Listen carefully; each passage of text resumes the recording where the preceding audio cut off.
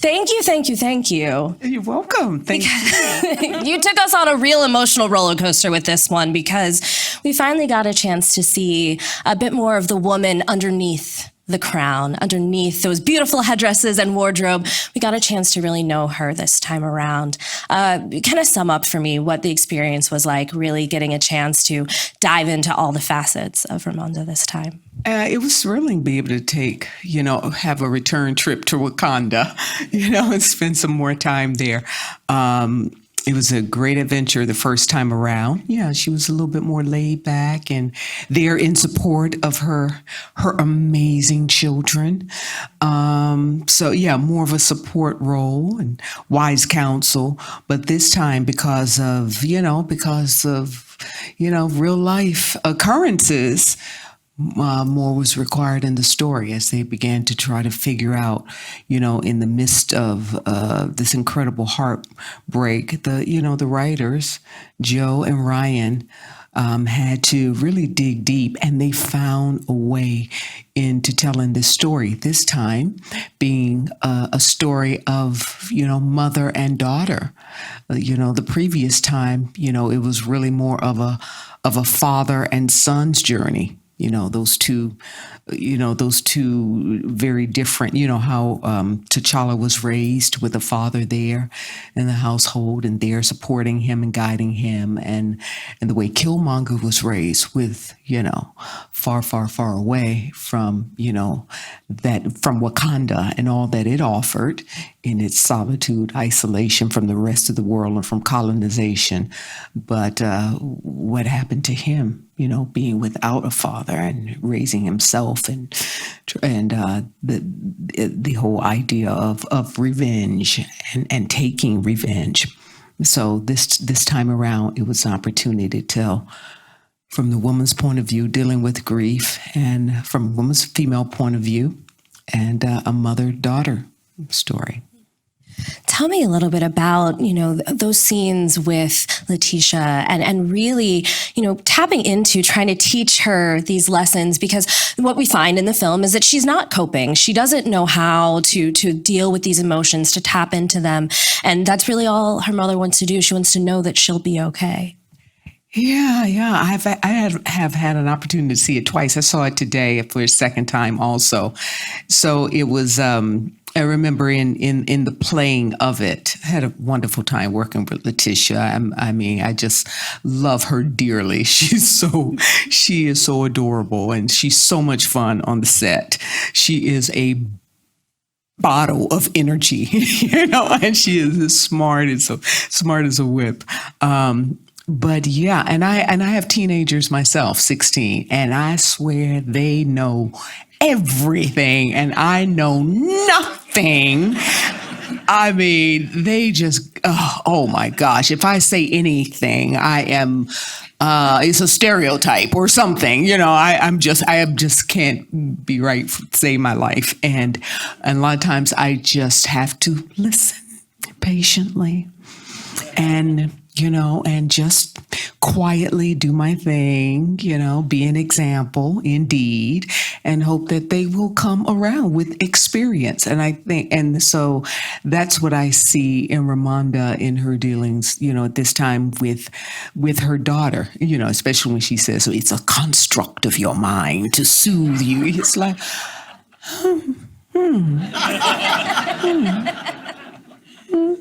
say nothing.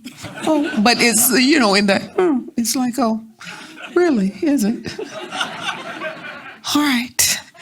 We'll back up and we'll try something else. That didn't work, That's what they teach you in acting, you have an objective, and if it doesn't work, then you try something else. And then you try another tack. So patience and gentleness and quietness seems to work with her. Yes, when mom says, she normally is thinking something else, but she's giving you grace. I know. And I remember telling Ryan, we had to do ADR for some of the dialogue at the end. And I was like, oh, Ryan, let me do it, like stronger, like, look, strong. It's like an angel whisper. Let me do it strong. He was like, no, that's my favorite line in the movie. I was like, it's a whole world in there from his point of view. Listen, there are a lot of favorite lines. You have a lot of incredible lines in this movie, these monologues. And I loved at the end, when seeing it today, it does come back around when she says, later on, does she say to Nakia, she says, she's not dead, you know? The same thing that Ramonda said, I'm sorry, he's dead, but he's not gone. And she says that to Nakia, she's dead, but she's not gone. Because at the end of the day, she really was listening. Yeah, they're always listening. They hear you. You be crazy at the end of it, but they heard you. You're like pounding it, but they heard you. Trust and believe. All of us are thinking about the times when we've called our moms 10 years later and we're like, I'm so sorry. You were totally right. But yes, I mean, from the first moment that we see you on screen in this film, but in particular, we get a chance to see the leader. And the fact that we're getting a chance to see not just the mother in this film, but also the leader of Wakanda. I mean, Ramonda has been the leader for some time. She was leader during the blip. She's been doing this for a while. But there's that scene in the UN. This incredible monologue that I think when a lot of us saw the trailer for the first time, we were like, cool, okay, so Oscars are done? We can just call it quits right here. What did it take?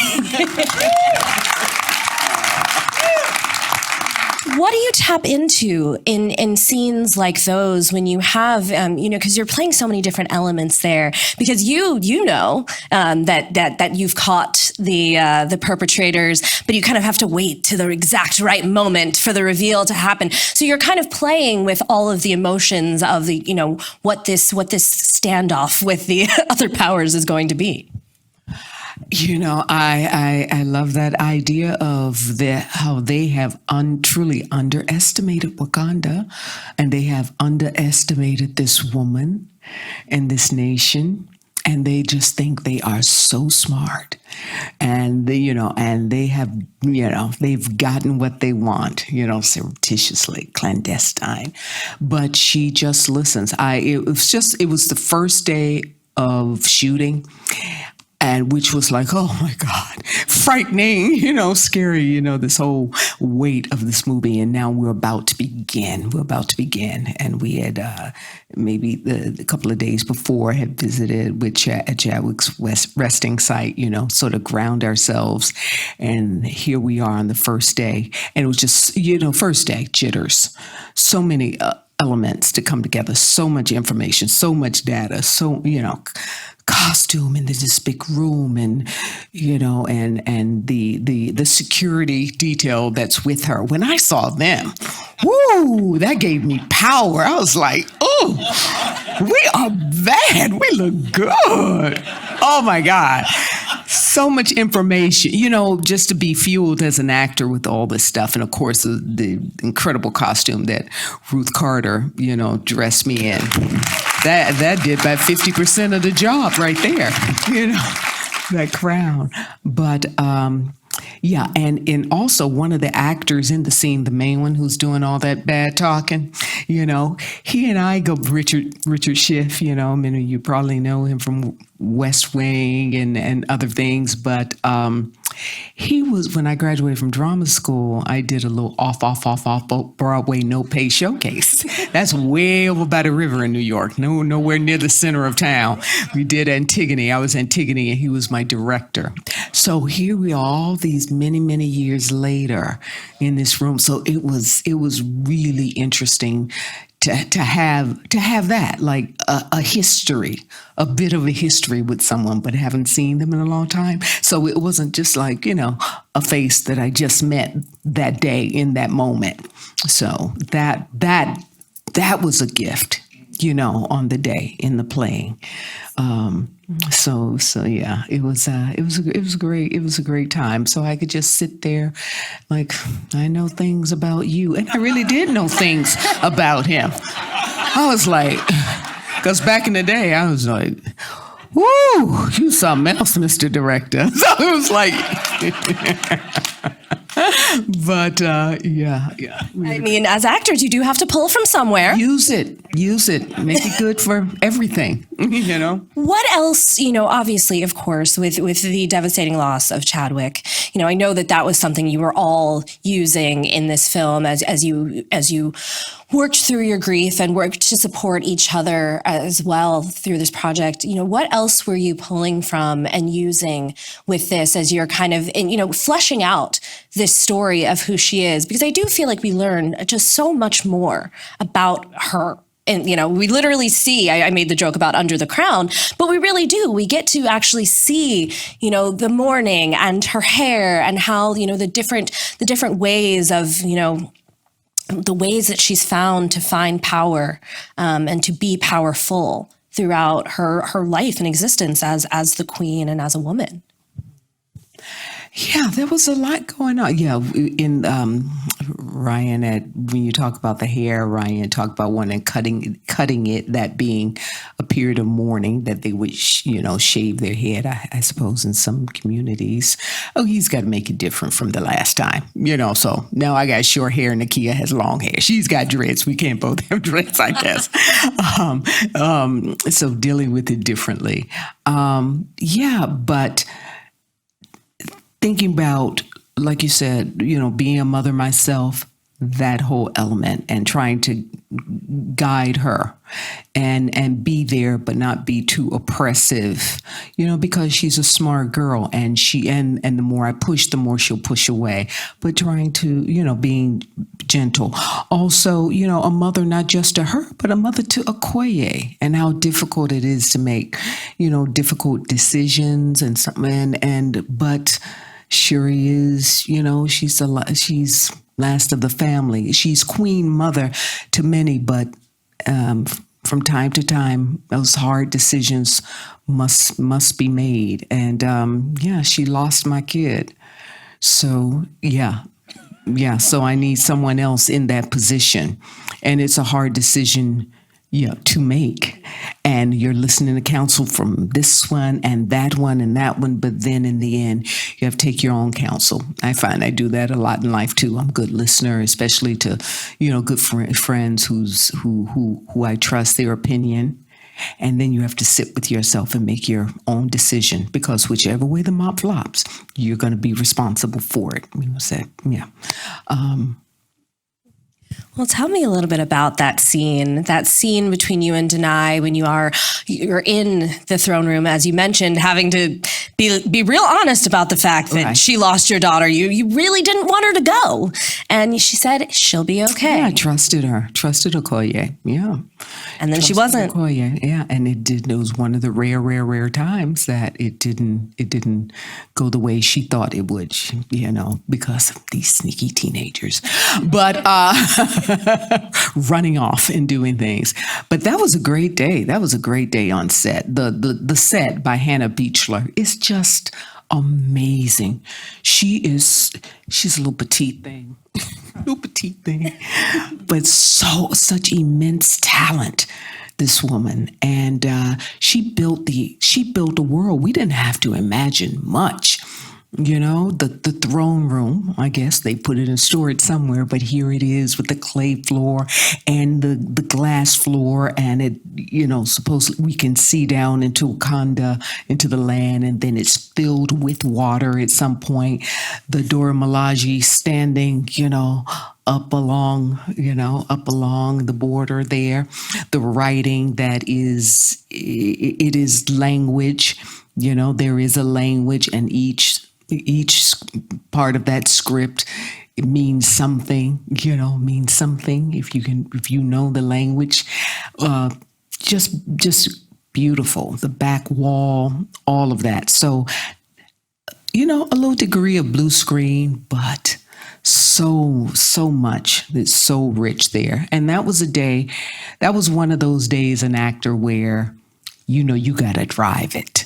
You know what I mean? It's not like back, forth, a little ping pong or tennis. No, your character has to drive. You have to drive the energy. You have to drive the scene. You got the tempo, drive the emotion, and it's on you.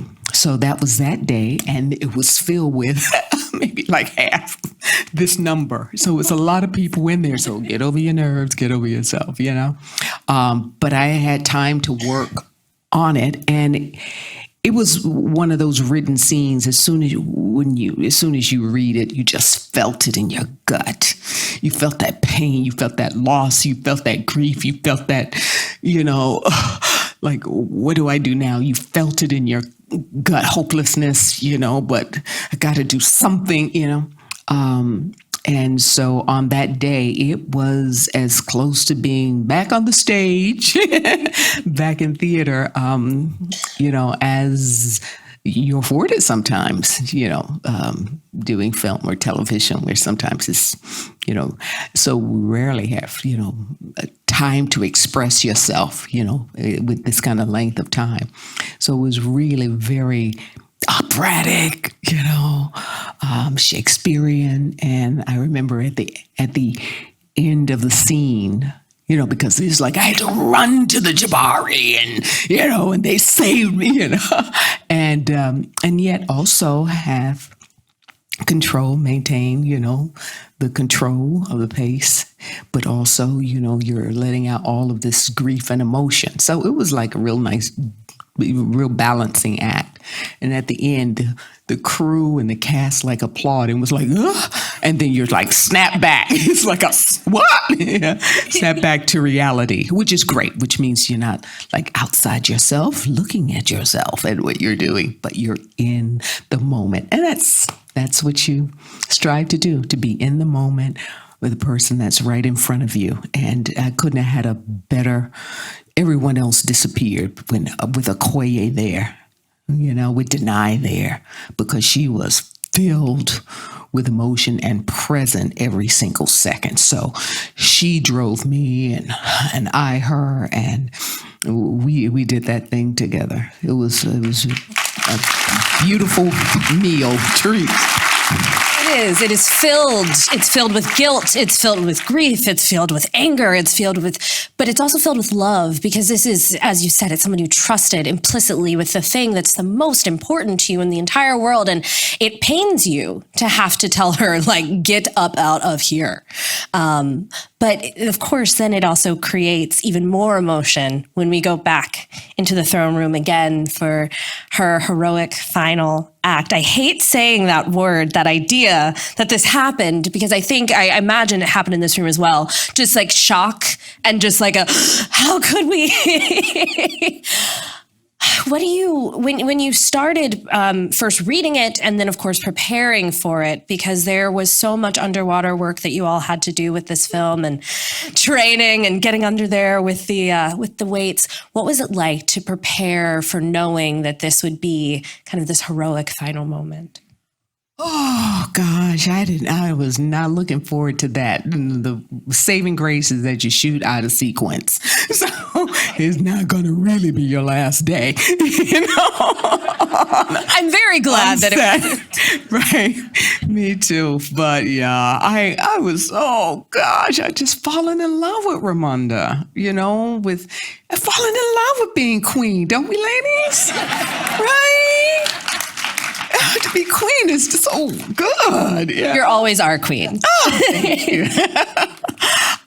She's dead, not gone. Okay. And Ryan with his promises, in the MCU, dead don't have to be dead. And it's like, all right, Ryan, I am going to grudgingly believe you on this one, brother, And but you get over, and I trust my director, and I trust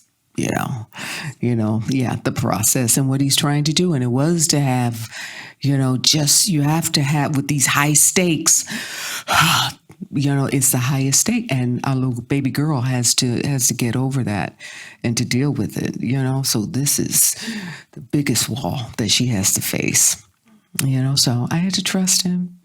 And trust that moment, and to see the reaction after the fact. Who knew that?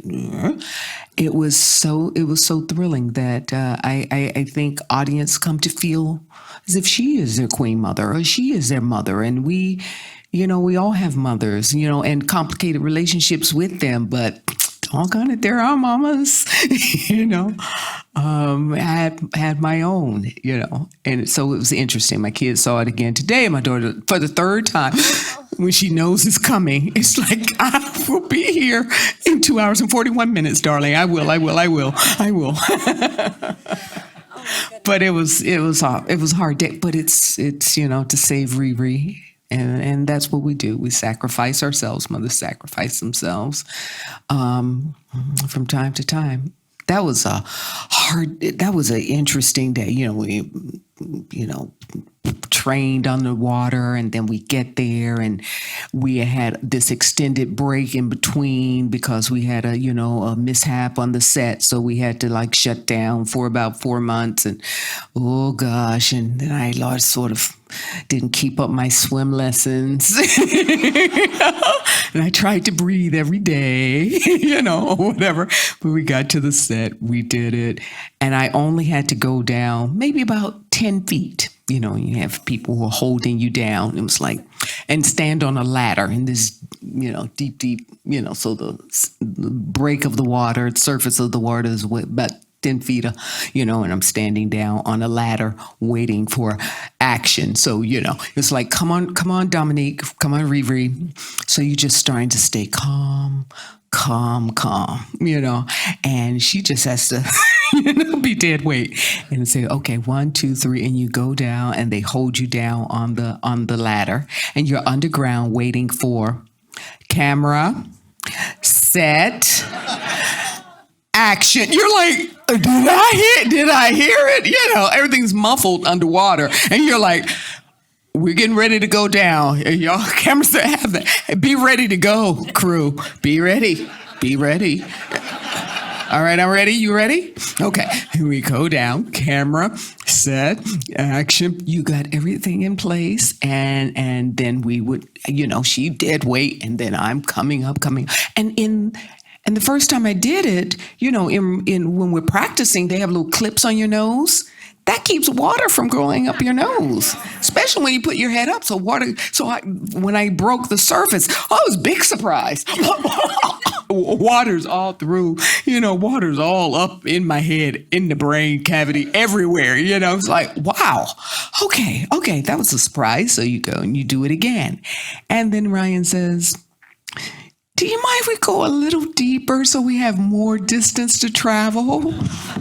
So they're going to take the ladder away and take me even further down. It's like, okay. Never say you can't do, you know, just this going to be a challenge, but we're going to do it. So we go even deeper, and I'm just stroking, and and there's, I only have so much breath, and and I don't know where the surface is. I was so happy after the second take, he said, we got it. I was like, good night, goodbye, and I ran home that night. And you thought playing Tina Turner was physical. My goodness. Gosh. Well, I mean, this is... I almost drowned, y'all. For my art. I almost drowned. You would think that the man who saw you for the first time in Boys in the Hood in that restaurant scene would have a little more respect. I'm just kidding. But we have time for just a couple of questions from you all. So please, you know, we have comments, but we really would love some great questions. I've got time for about 2 or 3. So first hand right here. I was so miffed. That's a good word. I didn't like it at all. I was so disappointed. And as soon as I talked to Ryan, I was like, Ryan, no, brother. No, why do you do this, right? Don't do this, Ryan. People are going to be so upset, you know? Nobody wants to see their mama go. He was like, no, I know it. And he's so sweet. He's so gentle. He's so magnificent. You're like, I'm not going to fight, but so hard. because he's my director, he's the lead, he's my leader, and I'm there to, serve his vision. And what a vision! So, and after the first one was like, but I'll just let you know, it's not my favorite part. No, we would really have preferred. Then I had to keep the secret from my kids. Mom, what's happening to them? Oh, nothing. Only one I could tell was the dog. The only one in my house I could tell. How'd your dog react? Piper. Oh, she's shady. She's like, I'm not taking for a walk or giving her scraps. She's like, or a belly rub. Yeah.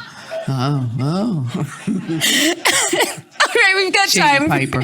Yeah. Just a couple of more. I feel like I saw a hand Didn't like here and a hand here in front. So let's go to the back first. I think I was reporter number 3 in FX. And on my resume, I gave myself a name. Instead of reporter number 3. And when I went to see it in the movie theater, I couldn't see. So I had to go to the, drinking so much water with my best friend from college. I said, I don't know. I think they cut it. I'm going to the restroom. Came back. You were on! What? So we had to sit there again so I could see me ask my one question, to the guy. So that was my first film. What did I learn? Said, go to the restroom before the movie. Don't drink too much liquid. You don't want to miss your big moment, But I had, other films, Critters 4, Did I die in that? No, I didn't die in that. I made it to the end. Black girl made it from the beginning to the middle to the end. I mean, it's the fourth, we did in some Smart and Final warehouse, it's low budget or whatever. It's not, I don't know who's going to see it, but I had a chance to craft a character from beginning, middle, end, all out of sequence, when usually, to that point, I'm the best friend of, the girlfriend to, the secretary of, the reporter number 3, that kind of thing. But I was telling a young man today, it doesn't matter how small or whatever, is an opportunity to be consistent, to be professional, to be grateful. It's an opportunity to take care of the small things so that when you have bigger responsibilities, you have flexed those muscles and learned those lessons. So, time go long. And then you have something like, what's love got to do with it? And it's, being great, and here you are. You have to be those same things. Be grateful, show up on time, be professional, be cordial, be generous, be respectful of your crew, generous with your actors. And and it continues, and be prepared, to serve, the story ultimately.